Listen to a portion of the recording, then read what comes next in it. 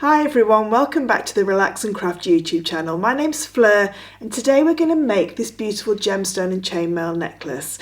So the gemstones have actually come from a company called Charmers Gems. I will link in the description below the names of the gemstones and also links to them on their website.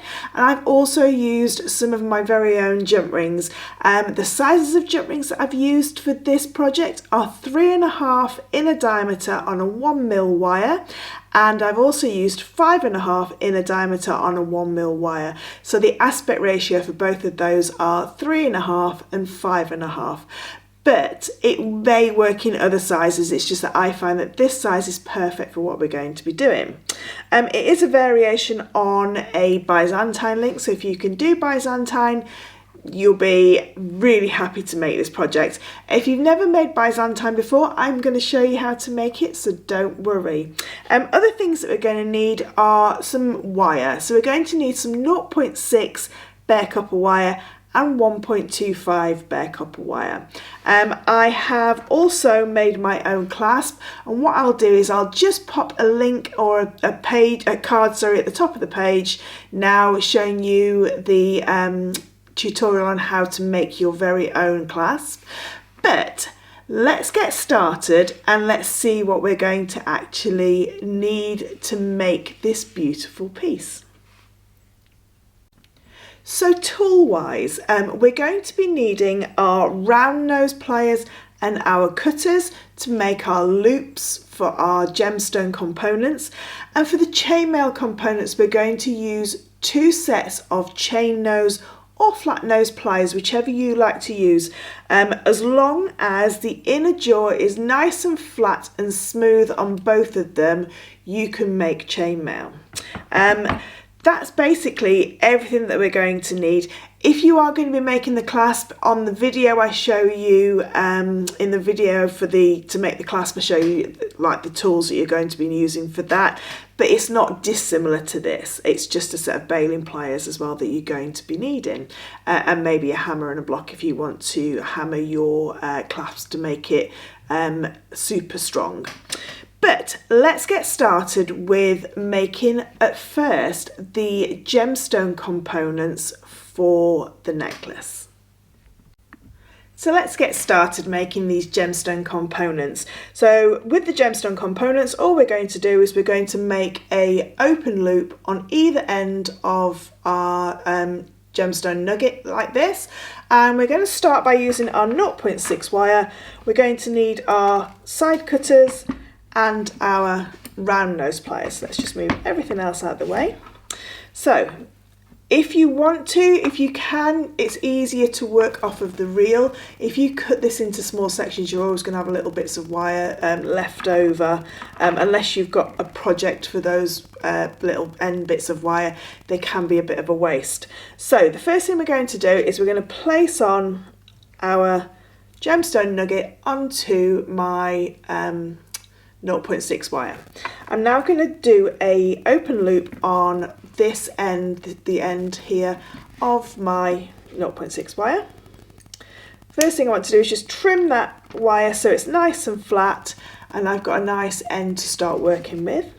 And then I'm going to take my round nose pliers, and roughly about 1 centimetre from the end of the wire, I'm going to place a 90-degree angle into the wire.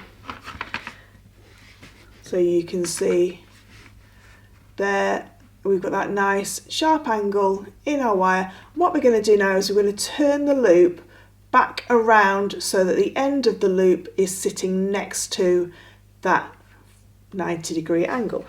So the way we're going to do that is we're going to just hold on to the piece of wire in the jaws of our pliers, roughly just under halfway down our conical pliers, and that should make a nice size loop that will then fit beautifully on the edge of this angle here. So starting with my thumb on top and my pliers in a vertical position, I'm going to roll my wrist until my thumb is pointing down and I can't go any further. I'm going to take my pliers out so you can see we've started to create that loop. I'm going to put my pliers back in, this time on a horizontal, and I'm going to carry on turning my wrist until the end of the wire touches where the right angle of the wire was. Now if it's not absolutely perfect, don't worry, you can just manipulate that a little bit and just get it so that it sits nice and neat, like so. Okay, so we've got the first loop. We're now going to bring our gemstone up to that, sitting next to that loop. So you can see there it's sitting really nicely on top of that loop. And now what I'm going to do is I'm going to do exactly the same on the other side. So holding everything still in my thumb on my first finger, I'm going to bend the wire over the top of the gemstone in that 45-degree angle again, that 90-degree angle again. Okay, so making that nice right angle like so. And I'm now going to take my cutters and again cut away that centimetre away from the end.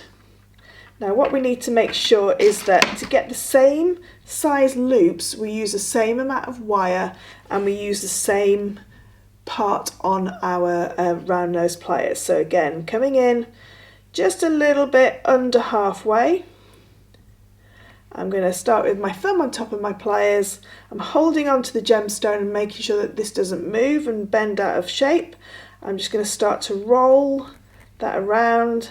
When it can't go any further, just go back in and just nudge that around until we've got both of our loops exactly the same. So you can see there, let me just get that to focus, we've now got two loops which are exactly the same size on the end of either part of wire. We've still got some nice movement on that gemstone so it can move around. So that is one of your little segments made. So you can go ahead and make as many of those as you think you're going to need for the necklace. I suggest making sort of like 3 or 4 and then doing a little bit of the chainmail and then a little bit longer until you've got the length that you want. So I'm going to start with these 4 here, and now we're going to move on to the chainmail sections. So what we want with the chainmail sections is we need 2 of our 5.5 jump rings, and we're going to need 8 of our 3.5 jump rings. So I've got all of my jump rings here. Now if you're unsure of how to open and close jump rings so you get a nice seamless closure to them, I will pop the link to my video on how to open and close jump rings around about here, just so you can go and have a little look at that first if you're unsure. But just really quickly, what we're going to do is hold our jump ring in our non-dominant hand. I'm just going to move those out of the way so the camera doesn't focus on them. So holding the jump ring in our non-dominant hand with our flat nose pliers, I'm now just going to come in with my bent chain nose pliers, and all I'm going to do is just open it a tiny bit towards me. So you can see there it's not opened a lot, it's just opened a little tiny bit. But on the video of opening and closing jump rings I go into a lot more detail, so have a little watch of that if you need to. Right, the 2 large jump rings that we've got are going to form the centre of one of our little sections. So if I just bring this in and get that to focus, you can see that we've got these little intertwined sections in the middle and then our Byzantine knot on either end. So these are like a 2-ring Mobius if that was an actual thing, but they're just intertwined around each other. So the way that we make that section is we take one of our jump rings and we close it shut. Okay, so we make sure it's a nice seamless closure on our jump ring, and then we're going to take another jump ring, another 5.5mm jump ring, and we're going to open that jump ring up, and we're going to just pick up the closed jump ring and close. And when I lay those back down, you can see that they start to intertwine around each other. So that is the centre of our little segment. And then we're going to go ahead and we're going to add on 2 pairs of jump rings. So let's just pick up one of our little 3.5mm jump rings, and we're going to add that one on, and then picking up another one, making sure we go through both of the large jump rings and close. So I've got one pair onto there, and I'm going to take another 3.5mm jump ring and go through the pair that we've just added, and we're going to close, and again another one, and go through and close, and then we're going to repeat that again onto that centre jump ring. So if we can imagine that's one side, we're now going to do the other side. So we're going to add on a 3.5mm jump ring, making sure that our closures are really nice and neat. Make sure you get used to looking at your closures from all angles, just to make sure that they are sort of like meeting side by side and they're not stepped or they're not slightly open. We don't want anything that's slightly open, because that can scratch, or it can actually just bring the whole piece apart if it's not going to connect in together and hold the form. And if they're slightly stepped or they're not closed properly, you can get an edge that is quite scratchy. So we've got this. So we've got our intertwined centre rings. Just going to zoom you in a little bit so you can see our intertwined centre rings, and then we've got two sets of 2 on either end. Now, to connect these together with a Byzantine unit, what we would usually do is to fold back the third pair onto the first pair, open them up, and then have a connecting ring that holds them together. In this design, these little gemstone sections hold them together.